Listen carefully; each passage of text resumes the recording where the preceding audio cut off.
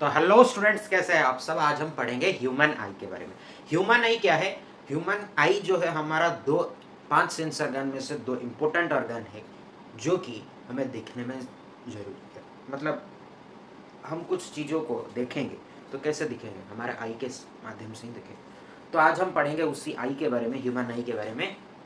हमने पढ़ा था मतलब जो लेंस है, पावर ऑफ लेंस क्या है, ये सब पढ़ चुके हैं। रिफ्लेक्शन रिफ्रैक्शन भी पढ़ चुके हैं। लेकिन हमारे जो आई है वो कैसे इमेज को कैप्चर करता है, हम कैसे एक इमेज को देख सकते हैं, एक ऑब्जेक्ट को देख सकते हैं, वही हम आज पढ़ेंगे। हम आई के पावर ऑफ अकोमोडेशन जानेंगे और ह्यूमन आई के बारे में पढ़ेंगे। ठीक है, तो चलिए शुरू करते हैं। ये देखिए, ये है हमारा नॉर्मल ह्यूमन आई जो कि बाहर में दिखता है। ये हमारा नॉर्मल ह्यूमन आई है जो बाहर ऐसे दिखता है।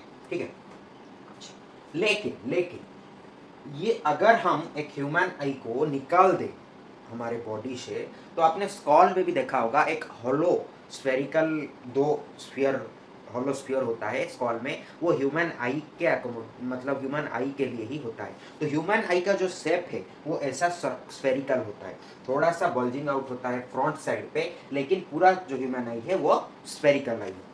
तो ये स्फेरिकल ह्यूमन आई को अगर हम ऐसे डाइसेक्ट कर देंगे, क्या डाइसेक्ट करेंगे? ऐसे ट्रांसवर्स डाइसेक्ट करेंगे तो वो ऐसे दिखेगा। ठीक है, अच्छा। तो ये ह्यूमन आई में हमने कुछ चीजें ड्रॉ की है, इसको हम अभी लेबलिंग करते जाएंगे और उसका जरूरी क्या है ह्यूमन आई में वो पढ़ते जाएंगे। ठीक है, यहां से हमारे नॉर्मल आई जो बाहर से दिखता है वहां से शुरू करते हैं। नॉर्मल आई में आपने देखा होगा जो व्हाइट कलर की एरिया दिखती है नॉर्मल आई में, इस ब्लैक बॉल, रेड बॉल, किसी किसी का ब्राउन बॉल होता है, उसको छोड़ के जो व्हाइट एरिया दिखता है वो वाला व्हाइट रीजन है ये रीजन, जिसे कि हम बोलते हैं स्क्लेरा। क्या बोलते हैं? स्क्लेरा। ठीक है, फिर ये देखिए नॉर्मल आई में यहाँ पे हमारा टीयर डक्ट है। कहाँ पे? यहाँ पे हमारा टीयर डक्ट है जहां से आपकी आंसू निकलती है। ठीक है, अच्छा। फिर आ जाएंगे यहाँ पे देखिए ये वाला जो ब्लैक पोर्शन है, जो ब्लैक बॉल जैसा दिखता है, ब्लैक सर्कुलर एरिया है हमारे व्हाइट में, उसमें जो ब्लैक पॉइंट है उसके इनसाइड में, उसे हम इसे बोलते हैं हम प्यूपिल। ठीक है, और ये आई का इस पार्ट का है, आई का ये जो पार्ट का, तो ये आई का क्या है? ये है लेंस। कौन सा lens? Crystalline lens, crystalline convex lens. ये कैसा है? ऐसा है। तो ये क्या हो गया आपका? Convex lens. लेकिन इसमें इसे ये लाइव सेल है, इस ये ग्लास का नहीं बना हुआ है, तो इसे हम बोलते हैं क्रिस्टलाइन लेंस।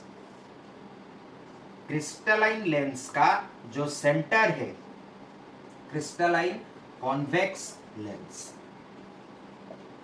इसका जो सेंटर एरिया है वो हमें हमारे आई बॉल में दिखता है जो कि प्यूपिल कहलाता है। ठीक है, अच्छा। अब देखिए हमारे यहाँ पे ये वाला जो एरिया है, ये वाला जो बॉल से बाहर की, इसे हम बोलते हैं कॉर्निया।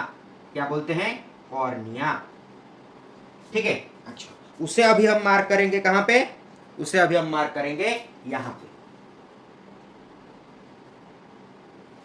ठीक है, ये वाला जो पार्ट है, यहां से यहां तक, यहां से यहां तक, ये वाला है हमारा कॉर्निया। ठीक है,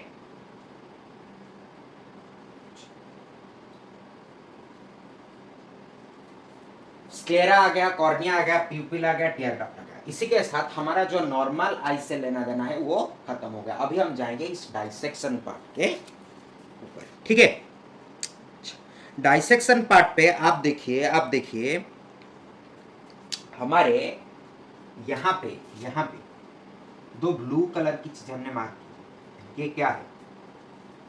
ये लेंस को लगाकर यहां से और यहां से यहां तक, ये है हमारा सस्पेंसरी लिगामेंट। क्या है? सस्पेंसरी लिगामेंट, जो कि हमारा इस लेंस को होल्ड करके रखा है। Suspensory ligament holds our crystalline convex lens. ठीक है, फिर ये आ गया आपका, ये देखिए लेंस का जो लेफ्ट हैंड साइड पार्ट है यहाँ पे, ये जितना भी पार्ट है वो हमें फ्रंट पे दिखता है। हम आप अगर अपने आप को गौर से बाहर करेंगे तो वो थोड़ा वाटरी दिखता है। वो क्यों दिखता है? वो एक्यूअस ह्यूमर की वजह से दिखता है। तो यहाँ पे क्या है? आपका एक्यूअस ह्यूमर है, ठीक है। और यहाँ पे क्या है? ये लेंस का दूसरे साइड पे यहाँ पे है आपका विट्रस ह्यूमर। क्या है? विट्रस ह्यूमर, ठीक है। अब आ गया ये वाला पार्ट जो है, ये टोटल ब्लू पे जो सर्कल हुआ है यहाँ पे, ये साइड को लगकर जो आपके कर्निया को जुड़े होकर कर्निया के इनर साइड में जो है वो है ब्लू का रेटिना। क्या है? रेटिना, ठीक है।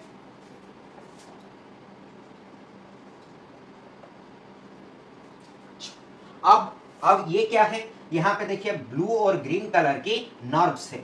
हमने सॉरी रेड और ग्रीन कलर की नर्व्स है। ग्रीन को मान लीजिए सपोज वेन है और रेड सपोज आपकी आर्टरी है। तो ये जो जाता है ये ऑप्टिक नर्व कहलाता है। क्या कहलाता है? ऑप्टिक नर्व कहलाता है। देखा ये है सिलियरी मसल। यहाँ पे क्या है? Ciliary muscle. सिलियरी मसल से लगा है सस्पेंसरी लिगामेंट। सस्पेंसरी लिगामेंट से अटैच है आपका लेंस। तो सिलियरी मसल कैसा दिखता है? ये ऐसे फिंगर लाइक प्रोजेक्शन करके होता है। उसमें जो है लगा होता है सस्पेंसरी लिगामेंट, फिर उसमें जो है हमारा लेंस लगा होता है, और फिर वहां पे सस्पेंसरी लिगामेंट, फिर सिलियरी मसल, ऐसे होके हमारा जो लेंस से होल्ड किया गया है, ठीक है। अच्छा, अब यहाँ पे ऑप्टिक नर्व की सेंटर पे, यहाँ पे जहाँ पे मैंने राउंड कर रहा हूँ, ये जो पार्ट है ये आपका ब्लाइंड स्पॉट कहलाता है। क्यों ब्लाइंड स्पॉट कहलाता है? यहाँ पे अगर एक रे ऑफ लाइट आके पड़ेगा तो वहां पे आपका इमेज फॉर्मेशन नहीं होगा। वहां पे आपका इमेज फॉर्मेशन नहीं होगा। इमेज फॉर्मेशन कहाँ पे होता है? रेटिना पे होता है। अगर वहां पे आया तो वहां पे रेटिना नहीं है, वहां पे ब्लाइंड स्पॉट है, तो वहां पे इमेज फॉर्मेशन नहीं होगा, आपको सब कुछ ब्लैक दिखेगा, ठीक है। अच्छा, यहाँ पे जो ब्लाइंड स्पॉट है, यहाँ पे आपका रेटिना नहीं है, तो यहाँ पे क्या है? यहाँ पे है आपका ब्लाइंड स्पॉट कहलाता है, लेकिन ये यहाँ पे क्या है? यहाँ पे है आपका ऑप्टिक डिस्क, ठीक है। समझ में आया? अच्छा, अब देखिए आपका जो है,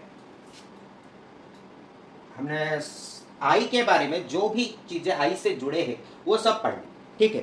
अच्छा, आई के बारे में पढ़ने के बाद अब हम जानेंगे रेटिना के बारे में। रेटिना के बारे में क्या जानेंगे? रेटिना जो है एक इमेज फॉर्मेशन की जगह है, यानी कि स्क्रीन है। हमारे इमेज फॉर्मेशन होने के लिए एक स्क्रीन चाहिए, तो हमारे आई पे एक स्क्रीन जो है वो है रेटिना, जहां पे हमारा इमेज फॉर्मेशन होता है, ठीक है। अच्छा, तो रेटिना जो है वो रेटिना किससे बना हुआ है? वो रेटिना है रॉड सेल और कोन सेल से बना हुआ है, ठीक है। अच्छा, यहां पे हम लिखेंगे retina. Retina is made up of rod sales and cone cells, okay. तो रॉड सेल और कोन सेल इसलिए मौजूद है, ठीक है। रॉड सेल मौजूद है ब्राइटनेस मेजर करने के लिए। आपके मोबाइल पे ब्राइटनेस होता है, यहाँ पे भी ब्राइटनेस की कंट्रोल, ब्राइटनेस की देख, ब्राइटनेस को मेजर करने के लिए आपका रॉड सेल है। और क्या करने के लिए? कॉन्ट्रास्ट करने के लिए, यानी कि एक कलर से आप दूसरे कलर की कॉन्ट्रास्ट जान सकते हो इस रेड रॉड सेल्स। और कौन सेल्स क्यों मौजूद है? कौन सेल्स मौजूद है कलर आइडेंटिफिकेशन के लिए। जो भी आप कलर देखते हो तो वो कौन सेल ही मेजर कर मतलब बताता है, कलर आइडेंटिफिकेशन के लिए, ठीक है। अच्छा, सपोज आज मैंने ब्लू कलर की शर्ट पहनी, तो वो आपके आई पे कैसे दिखेगा? आपको वो व्हाइट भी दिख सकता है, रेड भी दिख सकता है, ग्रीन भी दिख सकता है। अगर ऐसे दिखता है तो आपका कौन सेल्स जो है काम ठीक से नहीं कर रहा है, क्योंकि वह ठीक से कलर आइडेंटिफिकेशन नहीं कर पा रहा है। इसीलिए आपको डॉक्टर के पास जाना पड़ेगा, ठीक है। लेकिन अगर आपको ये दिख गया कि मैंने ब्लू कलर की शर्ट पहनी है, यहाँ पे रेड कलर की पे मैं लिख रहा हूं, तो आपका जो है कौन सेल सही है और वो कलर आइडेंटिफाई कर पा रहा है, ठीक है। अगर आपको यहाँ पे कंट्रास्ट नहीं दिख रहा है, यानी कि व्हाइट कलर और रेड कलर में आपको अंतर पता नहीं चल रहा है, ठीक है, तो वहां पे आपका रॉड सेल्स खराब है, आपको डॉक्टर के पास जाना पड़ेगा। लेकिन अगर आप ये जान सकते हो व्हाइट और रेड कलर के अंतर, बीच में जो अंतर है व्हाइट कलर और रेड कलर के बीच में, या ब्लैक कलर ब्लू कलर के बीच में, तो आपका जो है रॉड सेल सही है, यानी कि आपको डॉक्टर के पास जाना नहीं पड़ेगा। समझ में आया? समझ में आया? So now we will study about power of accommodation in human eye. Power of accommodation in human eye. तो मैंने जो डाइसेक्शन किया था उसको फिर भी जूम कर दिया और दो पार्ट ले आया, ठीक है। ये जहां जो है ये भी वही है। यहां पे ये क्या है आपका सिलियरी मसल्स, क्या है सिलियरी मसल्स, और फिर ये क्या है सस्पेंसरी लिगामेंट्स। पहले आ गया सिलियरी मसल्स, फिर सस्पेंसरी लिगामेंट्स, फिर कॉन्वेक्स लेंस, फिर ciliary muscle, suspensory ligament, convex lens. लेकिन एक बात यहाँ पे देखिए, यहाँ पे जो कॉन्वेक्स लेंस है ये थोड़ा थिकर है, लेकिन यहाँ पे जो कॉन्वेक्स लेंस है वो थोड़ा थिनर है। आपको एक चीज मालूम है कि जब थिक लेंस होता है, जब थिक लेंस होता है तो फोकल लेंथ जो है वो शॉर्टर होता है। Thick lens focal length shorter, thick lens focal length shorter, sorry shorter focal length, okay, S focal length मानी कि shorter focal length. Thin lens longer focal length, okay. Thin lens में क्यों longer focal length होता है ये देखिए, यहां पे हमारा एक थिन लेंस है, मैंने ऐसे पैरेलल रे ऑफ लाइट लाया, ये ऐसे कन्वर्ज किया, तो यहाँ पे हमारा फोकस आ गया, यानी कि यहां से यहां तक है हमारा फोकल लेंथ। अब अगर मैं एक थिक लेंस लाता हूं,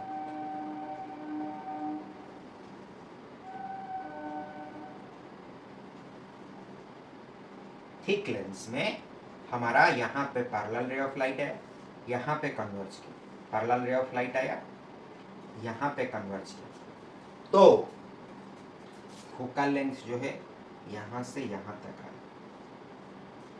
कौन सा बड़ा है, यहाँ से यहाँ तक या यहाँ से यहाँ तक? जब थिक लेंस है तो यहाँ पे जो एंगल है वो ज्यादा है, लेकिन जब सॉरी कम है, लेकिन अगर थिन लेंस है तो यहाँ पे जो एंगल है वो ज्यादा है, समझे?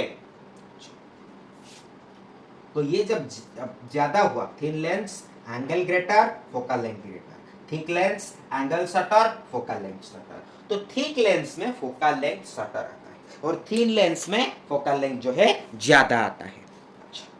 तो ये बात हमने समझ लिया। अब हम जानेंगे कि पावर ऑफ अकोमोडेशन क्या है। हमारा जो आई है वो इमेज फॉर्मेशन कर सकता है, उसका एक नियर पॉइंट है, उसका एक फार पॉइंट है। नियर पॉइंट क्या है, जितना डिस्टेंस में, अगर यहाँ पे मैंने एक इमेज ऑब्जेक्ट रखा और मैं उसे देख पा रहा हूँ, या यहाँ पे मैंने एक किताब रखा और मैं उसे, यहाँ पे सपोज मैंने इस बुक को रखा और मैं उसे पढ़ पा रहा हूँ, तो ये है मेरा without any strain in my I, clearly मैं पढ़ पा रहा हूँ। यहाँ पे रखूंगा तो मुझे कुछ नहीं दिखेगा, यहाँ पे रखूंगा तो क्लियर दिख रहा है। तो मेरा जो ये वाला डिस्टेंस है ये है near point of eye, near point of our eye, जो कि नॉर्मल ह्यूमन में होता है। नियर पॉइंट ऑफ आई कितना होता है 25 सेंटीमीटर। 25 सेंटीमीटर से आप अगर थोड़ा सा भी अंदर रखोगे, मतलब पास रखोगे, तो आपको क्लियरली विजिबल नहीं होगा, आपको आंख में स्ट्रेन आ सकता है। लेकिन अगर आप 25 सेंटीमीटर पे रखोगे तो आप क्लियरली इसे पढ़ सकते हो। फिर आ गया फार पॉइंट क्या है, जितना दूर तक हम देख सकते हैं वो है हमारा फार पॉइंट ऑफ नॉर्मल आई। तो फार पॉइंट ऑफ नॉर्मल आई जो है वो है इंफिनिटी, पूरा इंफिनिटी तक वो हमारा नॉर्मल आई जो है देख सकता है। तो वो कैसे दिखेगा, तो उसका जो फोकल लेंथ है वो इंफिनिटी से अगर हम एक लाइन लाए तो वो फोकल लेंथ पे ही इमेज फॉर्मेशन होगा। तो फोकल लेंथ पे अगर इमेज फॉर्मेशन होगा, सॉरी फोकस पे अपना इमेज फॉर्मेशन होगा, तो हम ऐसे दूर पे रखे हैं, लेकिन हमारा आई को जो है अपना फोकल लेंथ को एडजस्ट करके हमारा इमेज को रेटिना पर ही फॉर्मेशन करना है। इमेज फॉर्मेशन करेगा, अगर हम लेंस का फोकल लेंथ चेंज करेंगे तो हमारा जो है इमेज फॉर्मेशन की डिस्टेंस हम चेंज कर सकते हैं। तो वैसे ही हमारा फोकल लेंथ की डिस्टेंस को बढ़ाने या कमाने के लिए हम यहाँ पे आई पे लेंस नहीं चेंज करते हैं। हमारा जो लेंस है वो ऑटोमेटिकली चेंज हो, अपना फोकल लेंथ जो है चेंज करता है। कैसे चेंज करता है? ऐसे थिकर होकर या थिनर होकर। तो वो थिकर और थिनर कैसे होने से हमारा जो है फोकल लेंथ चेंज होता है और इमेज रेटिना पे फॉर्म होता है। लेकिन ये थिक और थिन कैसे होता है? ये जब सिलियरी मसल्स है और सिलियरी मसल्स है वो जब कंट्रैक्ट कर जाएंगे यानी ऐसे खींच देंगे तो हमारा जो लेंस है वो ऐसे थिनर हो जाएगा। ऐसे लेंस को खींच दिया तो वो थिनर हो गया, ऐसे छोड़ दिया रिलैक्स हो गया तो लेंस जो है थिकर हो गया। वैसे ही होके हमारा जो है हमारा ये लेंस हमारे आई में इमेज फॉर्मेशन करता है। तो मान लीजिए हमारा इमेज जो फॉर्मेशन करता है ऐसा हमारा लेंस हमने बाहर कहीं पे देखा है? नहीं देखा है। तो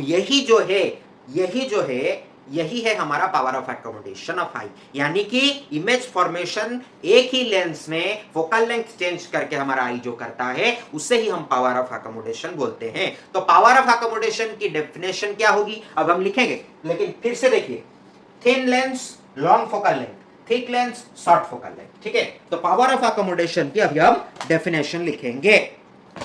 ठीक है, so power of accommodation is, we can describe power of accommodation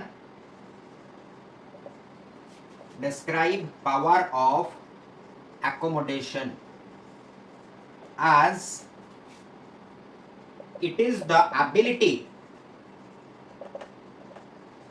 of eye lens, you can write in bracket, crystalline convex lens, eye lens, as it is the ability of eye lens to change its focal length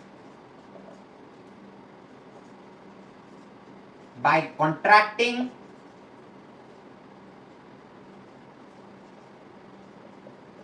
and relaxing, or relaxing the ciliary muscles or by loosening and tightening